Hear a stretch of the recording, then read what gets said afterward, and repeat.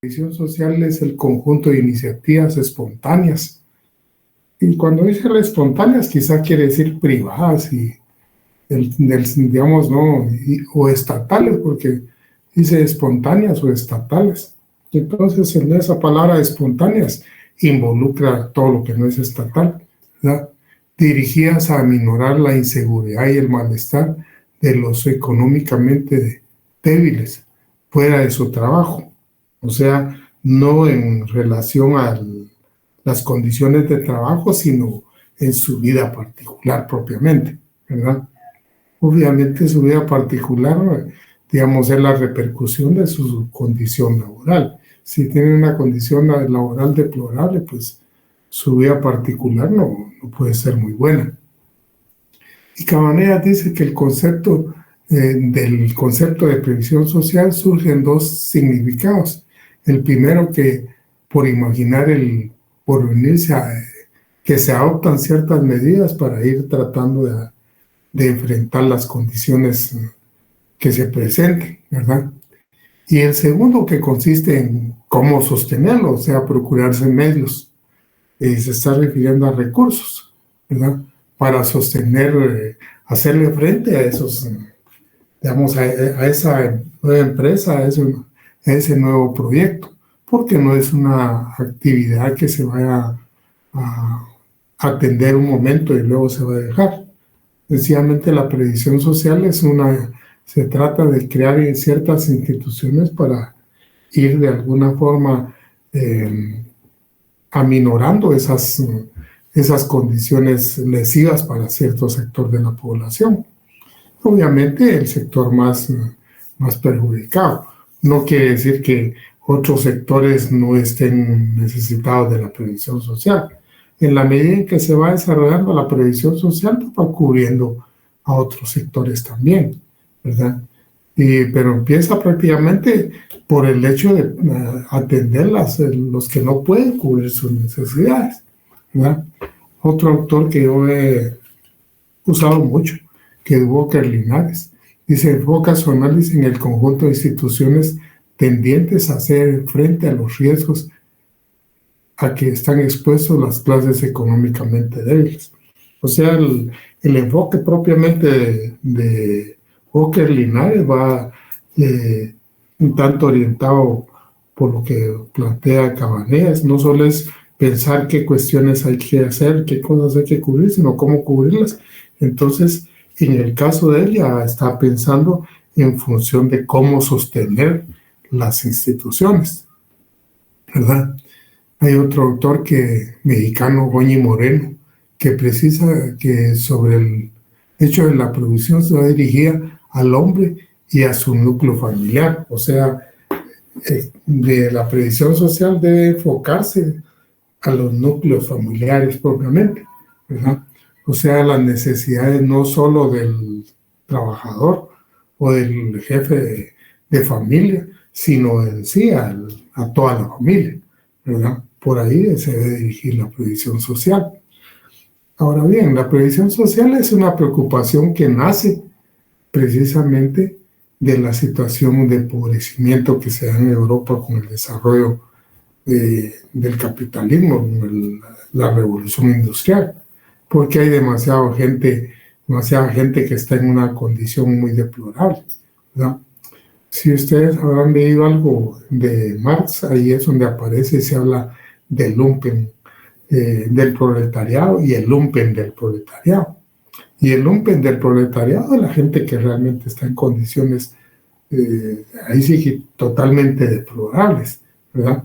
Y que es producto del sistema. Entonces, yo les hablo de esto no porque, digamos, cuestionar el sistema que vivimos, que es el mismo sistema liberal, sino que realmente ese sistema, el sistema liberal, que el modo de producción, digamos, y el sistema capitalista prácticamente lleva a ciertas condiciones en que se puede acumular grandes cantidades de dinero en un sector y empobrecer totalmente a otro, porque no es cierto que el dinero se reproduzca y que todos pueden tener.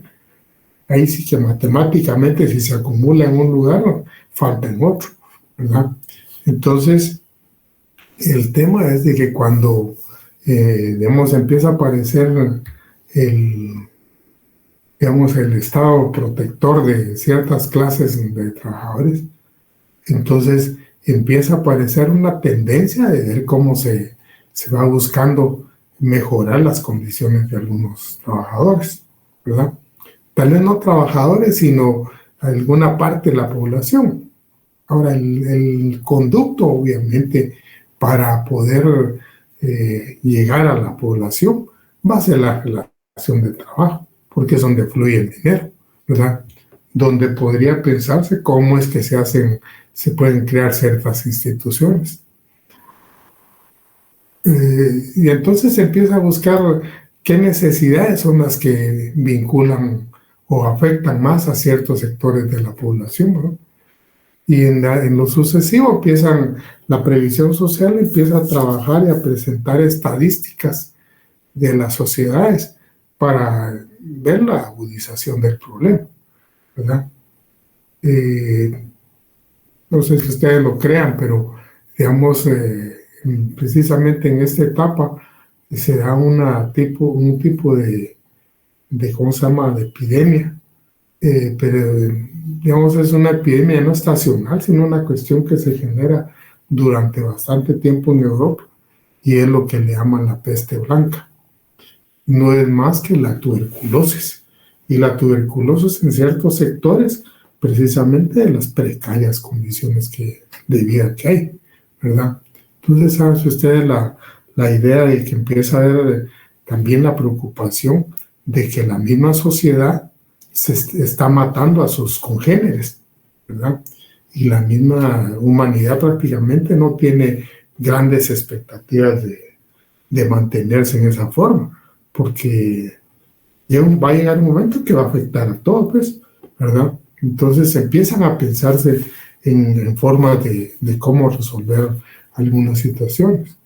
Y entonces la previsión social, yo no sé si en ese momento se hablaba de previsión social, pero la política orientada a proteger a los más económicamente más débiles, empieza a centrarse en cuáles son las necesidades más conocidas en la sociedad, ¿verdad?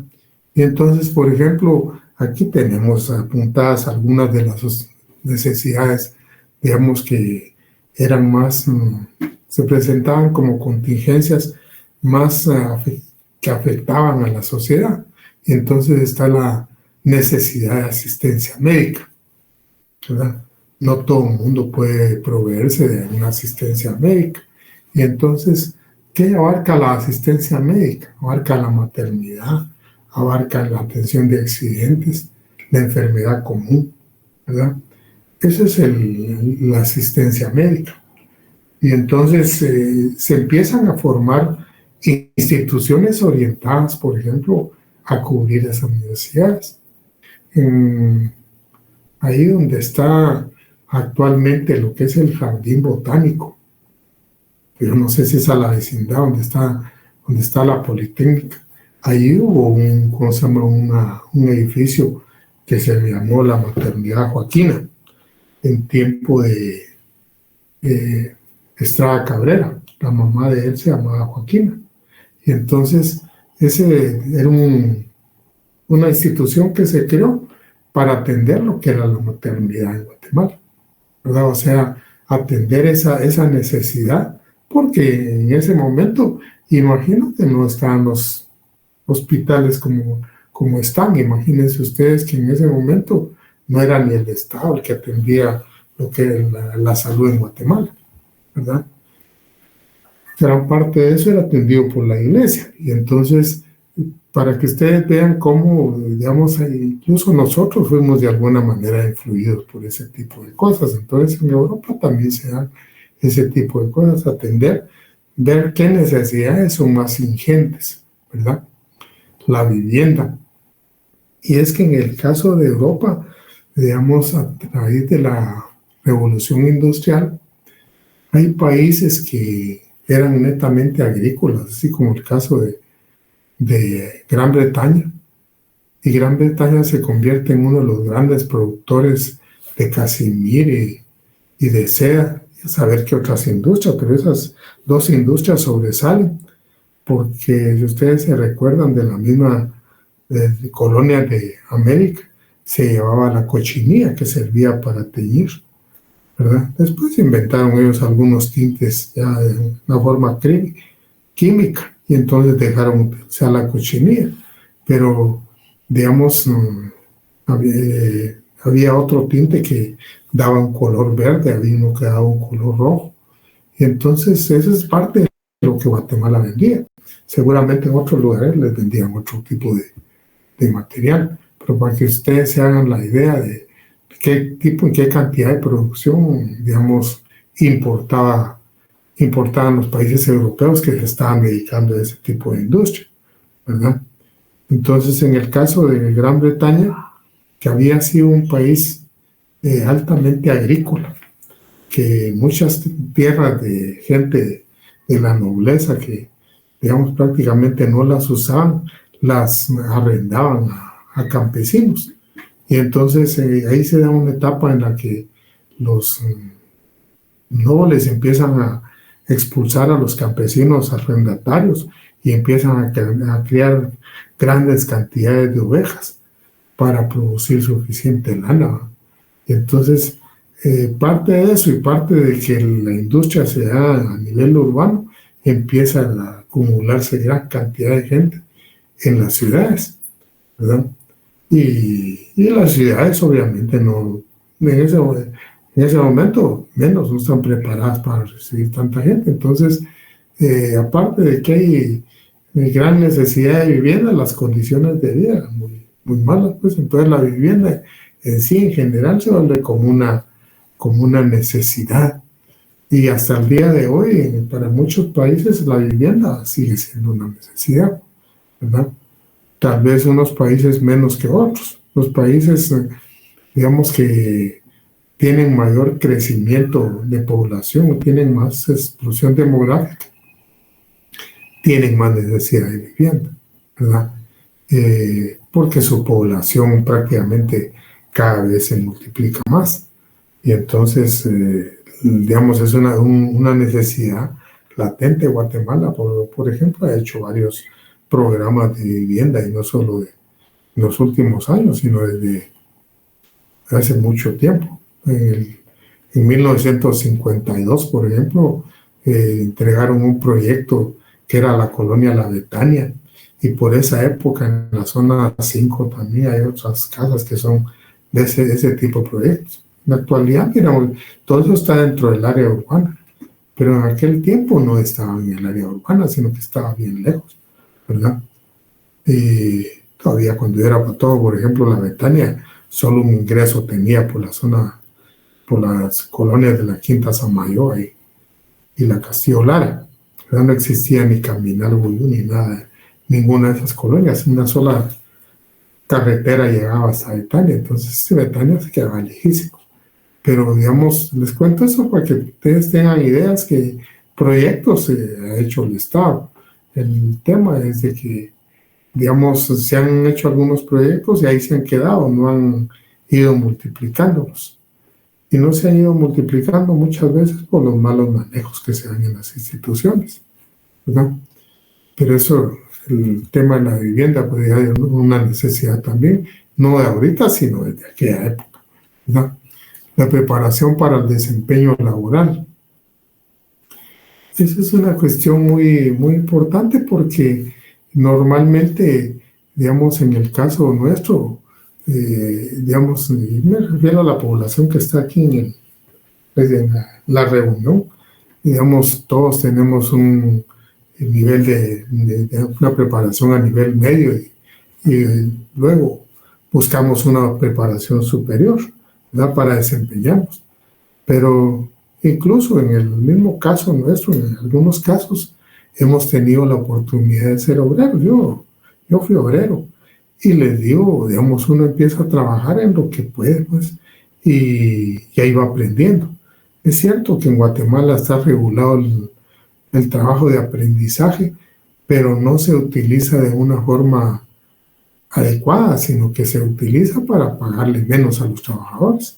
Esa es la realidad, ¿no? O sea, se permite la contratación para aprendizaje y algunos patronos buscan la forma de tener contratada gente bajo ese renglón, pero es para pagar menos de los salarios mínimos, ¿verdad?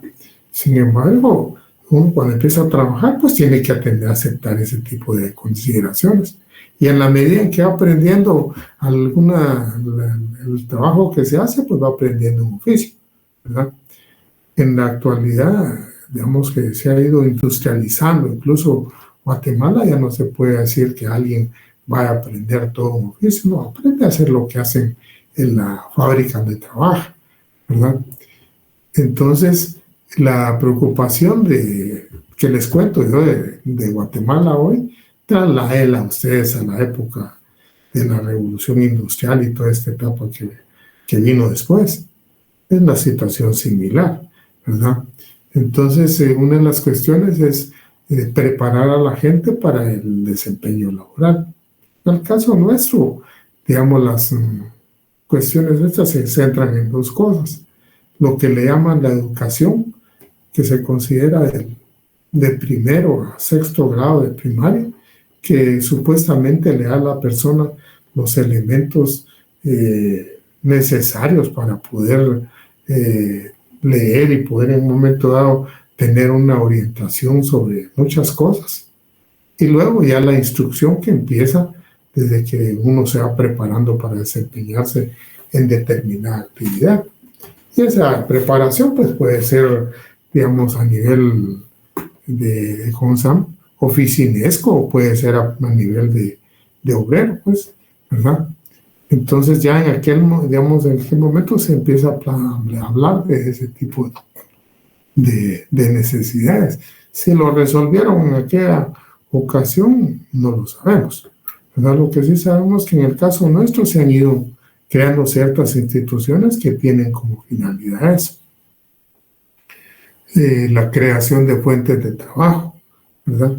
Todavía en el día de hoy es un problema porque, digamos, cuando se escuchaba muchas veces antes, algunos políticos ofrecían fuentes de trabajo y era una total demagogia, pues, porque ningún político puede crear fuentes de trabajo. Puede crear ciertas condiciones que de alguna manera den más oportunidad de fuentes de trabajo, ¿verdad? Y a veces de maneras que pueden perjudicar otro ámbito de la economía del país o qué sé yo, del proceso, pero esa es la forma de hacerlo. Para contarles a ustedes, por ejemplo, hará tal vez unos, qué sé yo, unos 30 años, quizá un poco más, Guatemala empezó a cambiar en el ámbito ocupacional. Había, digamos, mucha gente empleada en el servicio doméstico y empezó a reducir, o tal vez un poquito más de los 30 años, o sea, unos 35. Empezó a reducir los empleados domésticos, porque había mucha gente que no tenía cómo emplearse en otra cosa, ¿verdad? Principalmente, digamos, las señoras, las mujeres, tenían ese problema, la gente del interior, ¿verdad? Sin embargo, una de las cuestiones que cambió un tanto la tónica y las condiciones en Guatemala fue el hecho del aparecimiento de las maquilas, ¿verdad? Empezaron a aparecer maquilas en el interior, en lo que era San Lucas, Zacatepeques, en San Juan Zacatepeques, en otros municipios. Y entonces dejó de emigrar gente para emplearse como empleados domésticos y empezaron a emplearse en el ámbito de las maquilas. Entonces, ¿qué perjuicio, digamos, podríamos pensar en este caso? Digamos que se pagan salarios más bajos, es una desventaja. El salario de las maquilas es más bajo que el salario mínimo, ¿verdad?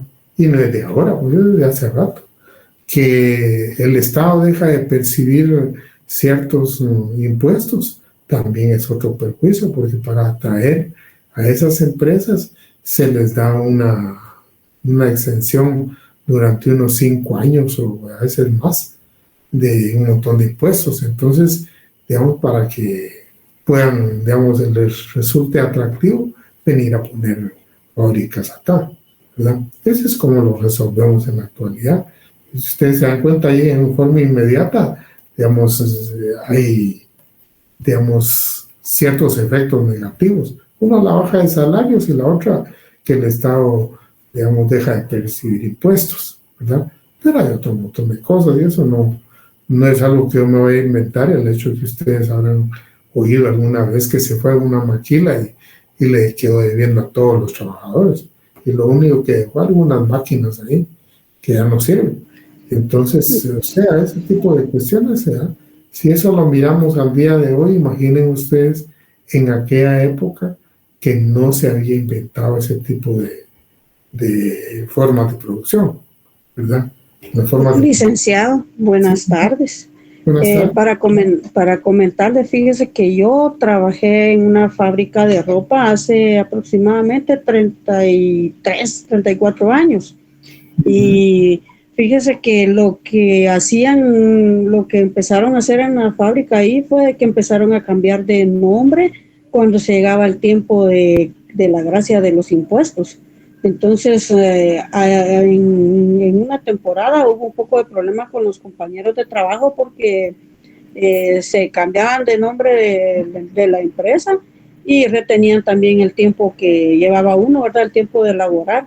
Y en una ocasión los compañeros vinieron y dijeron, bueno, yo creo que aquí vamos a hacer un sindicato, muchachos, porque ya nos están perjudicando y todo. Y que si el señor vino y dijo, bueno, ustedes que arman algo así y se quedan todos desempleados, dijo, porque yo hasta mucho estoy haciendo con darles empleo, dijo, fíjese. Entonces, hasta ahí veo también que también el gobierno, pues en ese sentido, como que no da mucho apoyo a la gente que trabaja en esa área. Yo les digo que sí, miren, es una situación bastante compleja, y les cuento que es bastante compleja. Precisamente Álvaro Colón fue uno de los pioneros de eso.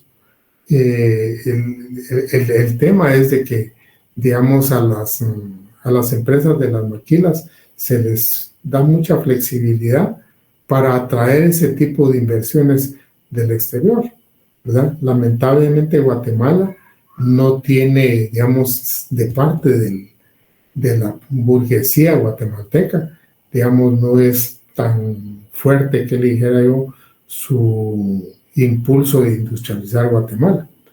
El gran capital de Guatemala está invertido en gente que tiene la propiedad de la tierra, ¿verdad? Y entonces son arrendatarios de tierra y son de alguna manera los productores de los productos tradicionales. A ellos no les interesa mucho el desarrollo industrial de Guatemala, así sencillamente, ¿verdad? Entonces el tema está en que, eso lo han oído ustedes también, que hablan mucho, por ejemplo, de atraer capital extranjero, de atraer inversionistas. ¿Cuáles son los inversionistas que se atraen? Prácticamente la maquila, porque no es otra cosa. Ahora bien, cuando yo les planteo, por ejemplo, el hecho de darles exención de impuestos a estas empresas, el tema es de que, digamos, con la misma política o en la misma línea, están otros países tratando de atraer esos inversionistas, ¿verdad? Entonces, yo siento que el gobierno se siente en un callejón sin salida, porque tiene que buscar la manera de atraer inversionistas, y los inversionistas son temporales, ¿verdad? Y son temporales porque ellos, digamos, lo que están haciendo es bajando sus costos, llevándose la fábrica para otro lado, ¿verdad? Y la van a llevar al lugar donde les resulte más barato, donde tengan más beneficios. Porque aquí cerca estaba Honduras, están todos los países de Centroamérica, ¿verdad? Y en el Asia también hay ese tipo de cuestiones. Ahí hay muchos países que se han dedicado a eso. Entonces, y de ahí que los, digamos, especialistas en maquilas salieron a ser los coreanos, porque seguramente a ellos los utilizaron como una colonia para estar haciendo maquilas. Entonces ellos se contactan con empresas gringas y otras, y ellos les maquilan a ellos, ya no hay en Corea, sino en otro lugar, ¿verdad? Pero eso es lo que les comento yo, qué complejo es el hecho de la creación de fuentes de trabajo. Es una situación no muy fácil de resolver, ¿verdad? Porque se va resolviendo en la medida en que el país va planificando en función de ver cómo beneficia a la población, ¿verdad? Miren ustedes el caso de los salvadoreños, son superpoblados y toda la cuestión. Y ahorita los salvadoreños, una de las cosas que quieren, están buscando la manera de incentivar, pero de manera fuerte, y ya lo han venido logrando, es el turismo. Están tratando de llevarse para El Salvador un montón de eventos. Y ese montón de eventos pues les va a generar divisas, ¿verdad? Entonces, sin embargo, aquí no hay una política propiamente que se busque cómo desarrollar ciertas cosas del país. Obviamente se le da cierto impulso a ciertas áreas, pero no hay una política definida, digamos, a desarrollar el país dentro de cierta área, ¿verdad? Y les digo que industrialmente el país le ha costado mucho desarrollarse precisamente porque los grandes capitales de Guatemala no tienen interés en desarrollar en la industria guatemalteca, ¿verdad? En las industrias que hay, yo les digo, son industrias de consumo, no hay de otra cosa. Y entonces el mismo país las consume todo el producto, ¿verdad? No tiene muchos productos de exportación. Los productos de exportación son de origen agrícola, más que todo, ¿verdad? Entonces yo les digo, por ahí está orientada la situación de Guatemala. En el momento en que se empieza a pensar en buscar la forma de reorientar la producción de Guatemala, puede cambiar la posibilidad, porque Guatemala tiene posibilidades, tiene recursos naturales y dinero y todo. No se ha orientado, es otra cosa, ¿verdad? Pero para que ustedes vean, digamos, que les traslado las preocupaciones que tenemos en la actualidad, para que se pongan ustedes, se trasladen a aquella época, cómo sería la misma situación de crear fuentes de trabajo, ¿no? Y habían seguramente fábricas, pero no eran capaces de absorber a todos los trabajadores. Por eso era que había muchas condiciones económicas deplorables, ¿verdad? La recreación. Este es un elemento, no de esa época, este es un elemento novedoso, ¿verdad? Porque sí se ha ido viendo en los últimos años que el ser humano necesita cierta recreación para poder mantenerse, ¿verdad? Porque la falta de recreación crea cierto desgaste, no físico, sino mental, ¿verdad? Y de ahí pues previenen un montón de problemas de conducta de los individuos. Entonces, digamos, es una de las cuestiones en las que se ha, digamos, orientado, pero eso es en los últimos años, no es, como les digo, de las necesidades que se vieron inicialmente, no es así, ¿verdad? Y luego está lo que es la asistencia económica. Cuando yo les hablo de asistencia económica, es el derecho de pensionamiento ante ciertas necesidades, ¿verdad?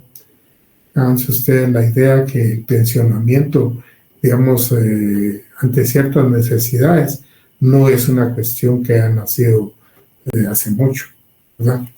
Precisamente uno de los pioneros que, digamos, en el hecho de asistir económicamente a los afectados fue el gobierno alemán, y eso se da más o menos como en 1883, ¿verdad? Se crea y se crea precisamente a través de hacer fondos con el dinero de los mismos trabajadores, o sea, hacer cajas de ahorro obligatorias, ¿verdad? Pero tal vez es la parte más dura, porque es digamos, pero es la parte más necesaria, porque es la parte que en un momento dado permite que se puedan desarrollar, digamos, ciertos programas de previsión social.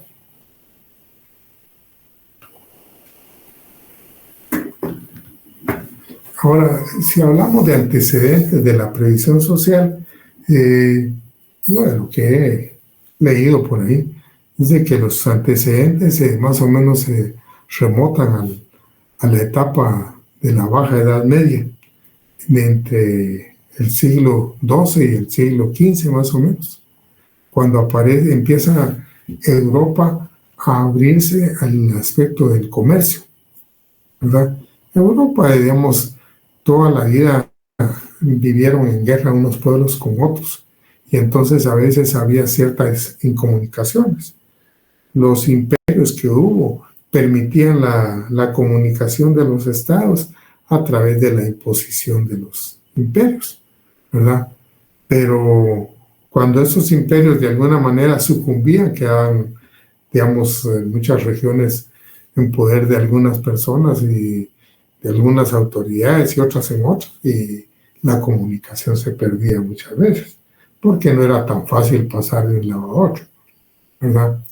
No es una cuestión, el día de hoy, por ejemplo, uno va a otro lado y va con una serie de derechos que tiene, digamos, en su persona, ¿verdad? Digamos, antiguamente no era así, ¿verdad? Digamos, una persona tenía ciertos derechos en un lugar, pero el hecho de que se trasladara a otro lugar muchas veces no tenía ningún derecho, ¿verdad? Entonces los que primero empiezan a hacer el intercambio en Europa son los comerciantes. Y entonces los comerciantes, digamos, empiezan a trasladar bienes de un lado a otro. Y hablamos de Europa, Asia y en la parte norte de África. Y recordemos que también que en esa etapa ya existen los piratas, ¿verdad? Existían muchas guerras, entonces empieza a aparecer el seguro para proteger las mercancías que se trasladaban, que seguramente no era un seguro que cubriera todo, pero cubría algo. Ahí seguramente habrán escuchado ustedes la palabra aquello de la echazón. La echazón era un derecho que tenía el capitán del barco cuando el barco estaba en un momento dado zozobrando, porque llevaba mucho peso o por alguna situación que se daba, y entonces se veía obligado a tirar ciertas mercaderías que pesaban mucho al mar, ¿verdad? Y entonces esas mercaderías de alguna manera se las cubrían a través de un seguro. No le cubrían todo seguramente, pero ahí empieza la idea de ver cómo se va previendo ciertas situaciones, ¿verdad? Y otro país que aporta bastante en esta situación es el caso de Gran Bretaña. Fíjense ustedes que cuando, digamos, da el desarrollo industrial en Europa, y Gran Bretaña es uno de los países que entra, que pasa precisamente de ser un país agrícola, pasa a ser uno de los primeros países industrializados. Entonces, antes de la industrialización en toda Europa, existían las corporaciones de oficios. Y las corporaciones de oficios eran organizaciones donde participaban patronos y trabajadores, aprendices, todos los que se dedican a un gremio de determinada área de producción. No habían derechos laborales, no había nada de eso. Habían ciertos derechos para protegerse a nivel de grupo. O sea, precios y cosas de cierta naturaleza, no cualquiera podía ingresar, era casi hereditario. Estas corporaciones de oficios se ven totalmente lesionadas cuando se evita la asociación, ¿verdad? Y entonces empiezan a haber problemas. Pero Gran Bretaña vive una situación bien peculiar porque las asociaciones y todo eso se impiden, se prohíben, como en 1799 por ahí.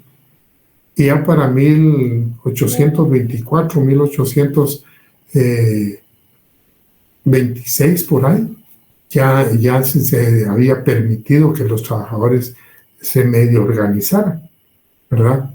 Y entonces empiezan a aparecer unas organizaciones que se llaman las Trade Unions. Y las Trade Unions, algunos las identifican como que fueran sindicatos, pero no son sindicatos. Son algunas organizaciones de los productores, ¿verdad? de los productores, posiblemente de materias primas, y que incluían algunos obreros y cuestiones así. Y entonces empiezan los trade unions a organizarse como digamos, instituciones para protegerse en un sistema que se los está comiendo, ¿verdad? Y entonces una de esas cuestiones es los que podían integrarse en esas trade unions tenían que aportar cuotas de afiliación. Y ya se habla de que eran cuotas de afiliación altas, porque se ayudaban para enfrentar juicios, para ciertas cosas así. Entonces las trade unions no eran organizaciones populares, eran organizaciones de ciertos sectores que tenían cierta posición económica, ¿verdad? Pero el hecho es de que ellos son los primeros que empiezan a organizar lo que son las cotizaciones obligatorias en Gran Bretaña, ¿verdad? Para mantener un fondo para determinados fines. Y entre esos fines estaba conseguir tener asesoría legal en ciertos litigios y cosas de esa naturaleza. No eran cuestiones laborales, sino que eran cuestiones como protegerse como grupos, ¿verdad? Y entonces ese es otro antecedente de la previsión social, porque la previsión social, digamos, podemos decir que nace cuando se impone la cotización obligatoria a los trabajadores. No aquella cuestión de que entren los que quieran, no. Si se impone en un centro de trabajo, todos tienen que pagar, ¿verdad?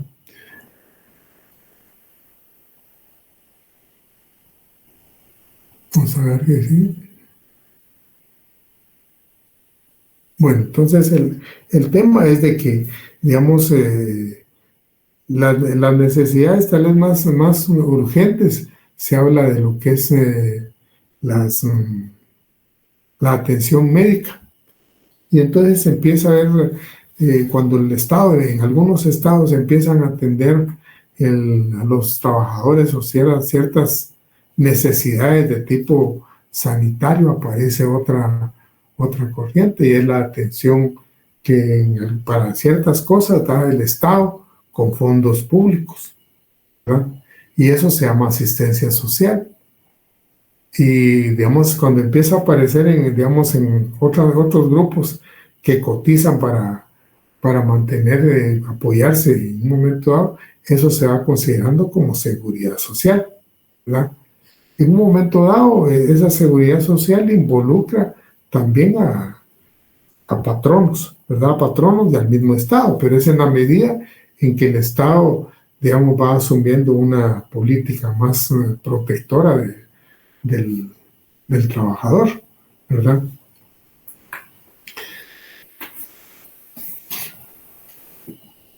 Cuando, digamos, a nosotros nos hablan, por ejemplo, de las instituciones de la previsión social, y precisamente en el programa de la facultad,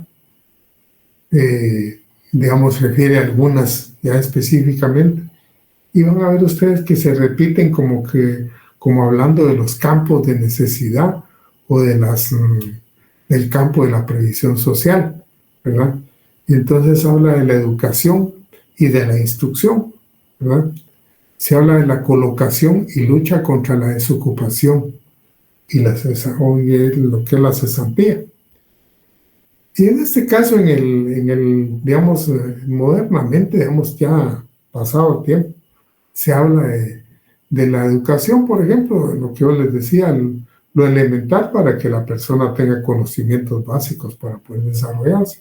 Y la instrucción, todos aquellos tipos de preparación que le dan a una persona ya para desempeñarse en la vida, ¿verdad? En la actualidad, en Guatemala existen, digamos, algunas instituciones, aparte de todos los colegios y los institutos donde salen bachilleres y maestras y peritos en diferentes ramas. Por ejemplo, hay ciertas entidades orientadas a buscar la forma de preparar, digamos, personas que trabajen en ciertos campos. Por ejemplo, tenemos el INTECAP. El INTECAP es una institución que creó el Estado y es un, digamos, instituto de capacitación, ¿verdad? Su pretensión es formar, digamos, obreros tecnificados para poder desempeñarse laboralmente, ¿verdad? Por ahí se creó otro programa en Guatemala, que eran unos colegios, unos institutos, que digamos que también forman a los muchachos como bachilleres y al mismo tiempo les dan ciertos oficios, ¿verdad?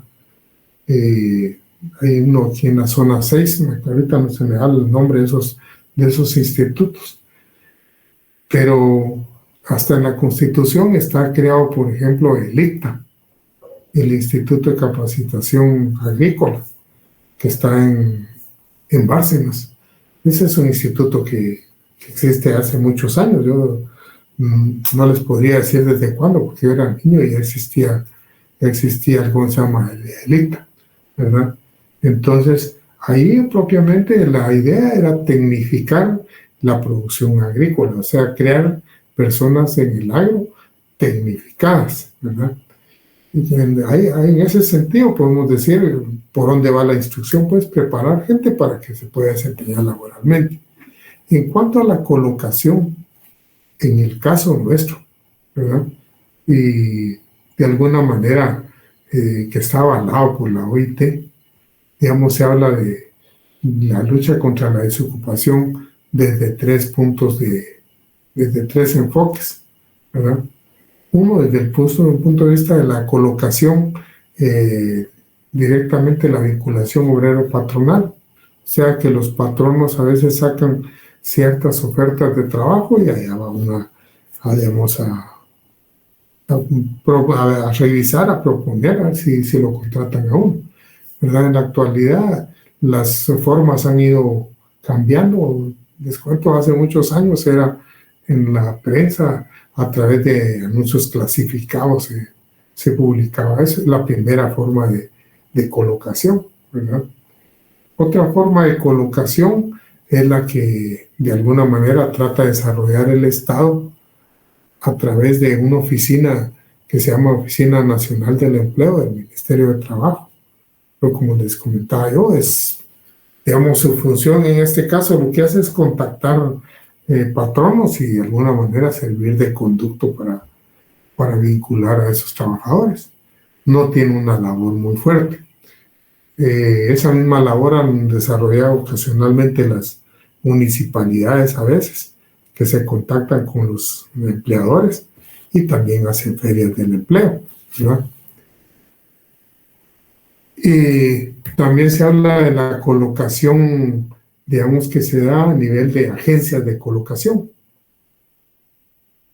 Y esas agencias de colocación, digamos, en Guatemala, digamos, funcionan como entes que capacitan, dan cierta intermediación. Cuando yo les hablaba a los compañeros en el primer curso de la figura del intermediario, que sirve para vincular unos trabajadores con un patrón, les comentaba de que en esta figura precisamente están las empresas de colocación, ¿verdad?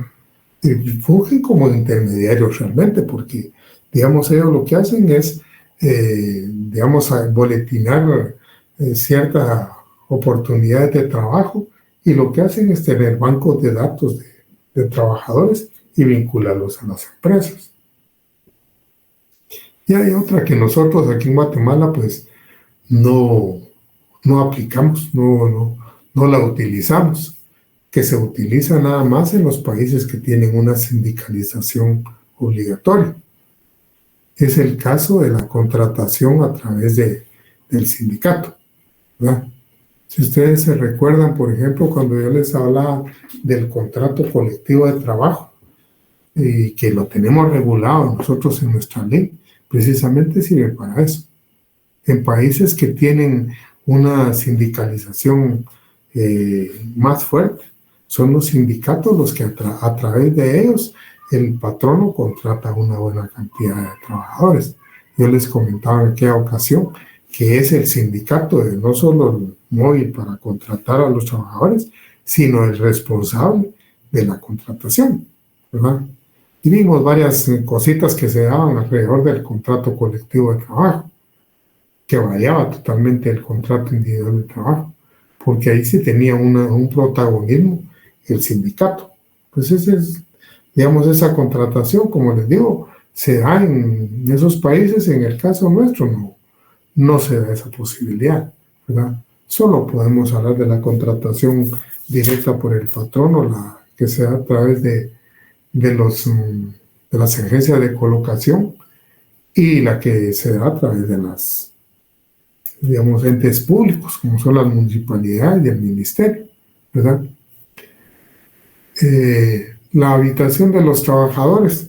Ahí dice habitación de los trabajadores, pues realmente el hecho es lo que es la vivienda, la necesidad de vivienda, ¿verdad? Vivienda propia, obviamente, no solo el hecho de habitar, ¿verdad? Pero, digamos, lo que se pretende es darle las posibilidades al trabajador de tener la oportunidad de adquirir una vivienda. Como les digo, son necesidades que en un momento dado, pues podría considerarse que en países como el nuestro son bastante fuertes, ¿verdad? No se logran cubrir, digamos, en la medida de la necesidad, ¿verdad? Pero, digamos, es una situación que ¿qué tiene que ver eso con derecho de trabajo? No tiene nada que ver. Por eso les decía, la previsión social va orientada a cubrir las necesidades de los sectores más vulnerables, ¿verdad? La higiene y la seguridad se ha regulado dentro del derecho de trabajo como condiciones de trabajo, ¿verdad? Y hasta el momento, pues, ha tenido algún desarrollo en esa parte, porque, digamos, hay alguna articulado en eso, y viene como una parte de apoyo, podría decirse, a lo que es la seguridad social, ¿no? La seguridad social deberá cubrir todo. De hecho, si nosotros leemos del artículo 197, por ahí está, para el 99, por ahí está lo que es digamos, medidas de seguridad e higiene. Van a encontrar ustedes que quienes tendrían acceso, de acuerdo a la ley, o deben tener una participación más directa, son los inspectores del Seguro Social, ¿verdad? Porque son las personas que en un momento dado van a ver que las medidas de seguridad e higiene se cumplan, ¿verdad? Ahora bien, el decreto 295 del Congreso de la República, que es la ley orgánica del ICS, y digamos, precisamente es lo que crea la seguridad social en Guatemala. Cuando miramos la seguridad social, por ejemplo, en todo su contexto, está orientada principalmente a atender asuntos de salud y de pensionamiento de las personas, ¿verdad? ¿Por qué les digo esto? Porque como, digamos, bajo la idea de que la seguridad social debe cubrir todas las necesidades de la población en un momento dado en el ICS, eso hace años, estoy hablando de 2003 más o menos, el ICS empezó a plantear que, digamos, podía el ICS, con los recursos que tiene, cubrir otra necesidad de la previsión social, como es la habitación. Y entonces, entre sus proyectos empezó a poner el hecho de comprar terrenos para edificar viviendas digamos, y cubrir esa necesidad. Pero eso no ha sido una de las necesidades fundamentales de la seguridad social. Como les digo, solo está la atención médica y el pensionamiento. Sin embargo, aquello le costó al Estado de Guatemala un desfalco de más de 300 millones de quetzales, ¿verdad? Porque sí se compraron inmuebles y toda la cuestión con la idea de que iban a ser casas, inmuebles sobre todo sobrevalorados, ¿verdad? Y obviamente había una cuestión irregular ahí. En aquella ocasión, a mí me llamó la atención de que todos los miembros de junta directiva del ICS se fueron presos, estuvieron presos varios años. El único que no estuvo preso en esa ocasión de los miembros de junta directiva del ICS fue el delegado de los médicos, porque fue el único que razonó su voto, que no estaba de acuerdo con el destino que se estaba dando, ¿verdad? Entonces, para que vean ustedes que, digamos, no se puede torcer las cosas por otro lado. Ciertas atenciones o necesidades de la previsión social se deben crear programas directamente para poder atenderlos, ¿verdad? No se pueden mezclar unos con otros.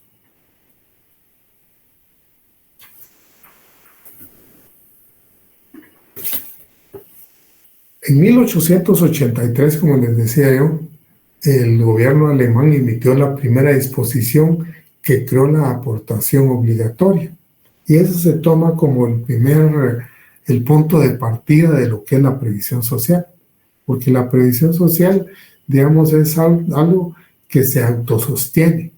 O sea, no es algo que, digamos, a alguien le dan sin que haya hecho una aportación. Todo lo que alguien recibe dentro de la seguridad social es porque él ha participado en aportarlo, ¿verdad? Ese es uno de los primeros principios. Entonces, cuando el gobierno alemán creó la primera caja de ahorro obligatoria, digamos, dicen que fue la base para ir creando lo que es el seguro social. Claro que se le fueron haciendo modificaciones, cada país ha tomado su propio modelo, ¿verdad? Y entonces, ¿cómo se llama? El tema es de que, digamos, hay ciertas reglas, podría decirse, de esas aportaciones. Por ejemplo, el financiamiento proviene de más de un sector, con base en los estados actuariales. O sea, cuando se habla de aportación, se hace una aportación para cubrir ciertos, no riesgos, sino de la cobertura de ciertas necesidades de la población, no más allá. Pueden haber otras necesidades muy ingentes, pero las necesidades que crearon los estudios actuariales son las únicas que se van a crear, a cubrir, ¿verdad? Entonces no se pueden cubrir otras necesidades. De esa cuenta, cuando imaginen ustedes, el ICS tenía proyectado todo lo que ha ido desarrollando conforme los años, pero la primera necesidad que cubrió el ICS fue los accidentes de trabajo. Eso era lo único que cubría en un principio. Pasados ciertos años, empezó a cubrir los accidentes incluso fuera de trabajo, ¿verdad? Ya tenía ambulancias y accidentes de tránsito, cualquier cosa, y cubría eso. Tenía un costo de cierto porcentaje el ICS. Luego, más adelante, empezó a cubrir la maternidad de las esposas de los trabajadores. En aquel momento casi era por ese lado porque no habían tantas trabajadoras. Y de las trabajadoras que hubieran, por supuesto, pero eran principalmente las esposas de los trabajadores.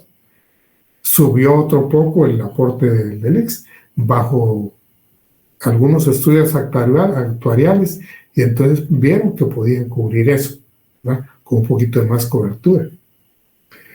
Más adelante, digamos, el ICS cubre lo que es enfermedad común, o sea, todas las enfermedades, ¿verdad? Y entonces el monto que hay que pagar al ICS ya es más elevado. Yo tengo la idea que era como el 3% más o menos. Sin embargo, el Seguro Social no cubría en toda la República todas las áreas, todos los riesgos. Solo iba cubriendo en la medida que sigue extendiendo el ICS. O sea, es una cuestión de que, y como era autosostenible, tenía que ir buscando la forma de crecer, ¿verdad? Yo sé que hay mucha crítica del ICS y toda la cuestión. A muchos a veces no les ha ido bien con el servicio del ICS, pero les digo, a muchos sí, ¿verdad? Y entonces, más adelante, en 1977, imagínense ustedes, les estoy hablando de 30 años después de que se creó el ICS, empieza a cubrir lo que es el IBS, ¿verdad? Digamos, y hasta ahí llegó el ICS. ¿verdad? Porque ya no, digamos, ya no hay otras cuestiones dentro de su ley orgánica que deba cubrir.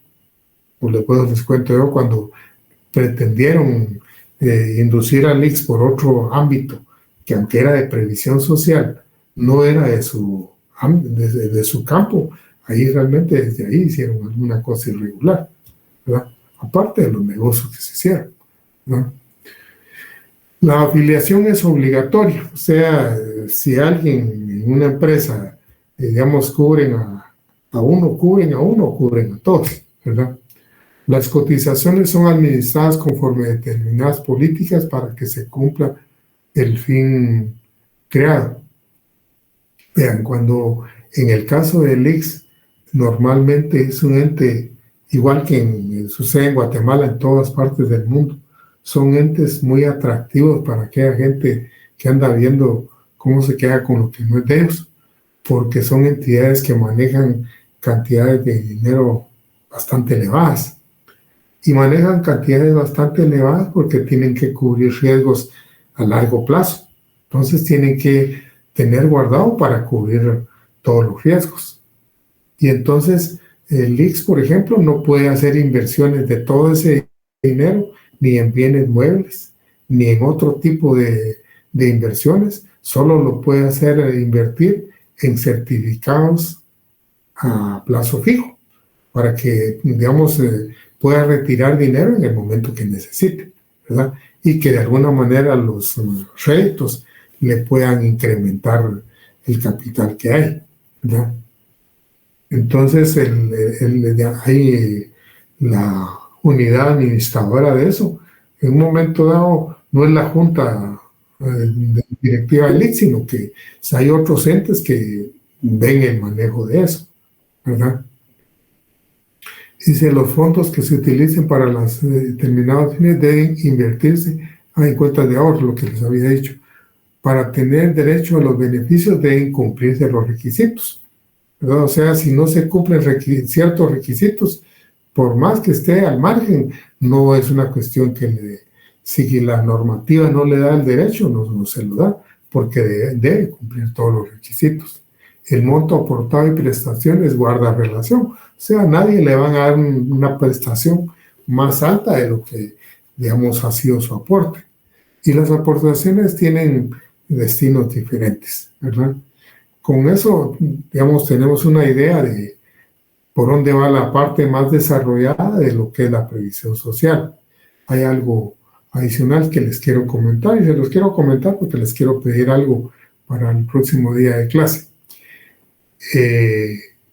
En la facultad precisamente existe una maestría de Derecho de Trabajo y Seguridad Social, y creo que también existe un doctorado en Derecho de Trabajo y Seguridad Social, y está por la idea de que cuando se fundó tanto esa maestría como el doctorado, se partió del hecho de que la seguridad social es un derecho que tiene toda persona en un Estado. El Estado debe cumplirle toda su seguridad social, todas sus, digamos, no es una cuestión como derecho que va ganando, sino que es una obligación del Estado. Ese punto de vista han manejado siempre los argentinos y los cubanos, y de alguna manera influyeron en la estructuración de esa maestría que yo les digo, ¿verdad? Pero el caso es de que ellos ven la previsión social como el mecanismo para resolver las situaciones de la seguridad social. O sea que la seguridad social es realmente la obligación del Estado. ¿Cómo podemos estar seguros de que eso pueda ser así? Yo les digo, es una cuestión un poquito aventurada, porque el Estado nunca se ha echado digamos, la obligación de cubrirle todas las necesidades a la población, ¿verdad? Y, digamos, Guatemala se ha orientado desde hace mucho tiempo por el enfoque de que la previsión social involucra una serie de necesidades y una serie de campos de actuación, y entre esos está la seguridad social, ¿verdad? O sea, el enfoque es diferente, que la previsión social es lo que permite que se puedan abarcar diferentes enfoques. Y tan es así que tenemos un Ministerio de Trabajo y Previsión Social, juzgados de trabajo y previsión social. O sea, ese ha sido el enfoque, digamos, que ha habido en Guatemala. Entonces, tener la idea de que debe haber una seguridad social y que el Estado debe cubrir todo, yo les digo, es una situación un poco difícil, pues, porque Guatemala no es un país que tenga la posibilidad de hacerlo. Ahora bien, el día viernes, yo quiero que hagamos un ejercicio en cuanto a la ley orgánica del ICS. Entonces quisiera que los señores estudiantes consideraran su ley orgánica del ICS y también el acuerdo 1124. El acuerdo 1124, que es, digamos, el de IBS, ¿verdad? Porque necesito que analicemos ciertas cositas ahí que ya son de demanda, digamos, pública, porque a esas alturas hay mucha gente que, digamos, tiene el derecho de jubilarse y no conoce los mecanismos. Entonces, a nivel de derecho de trabajo, pues, ustedes pueden de alguna manera apoyar en un momento dado, ¿verdad? Entonces, para el día viernes quisiera que tuvieran ese acuerdo del IBS y la ley orgánica del ICS. Si hubiera alguna pregunta de lo que hemos visto, pues yo estoy para contestarles, compañeros, ¿verdad?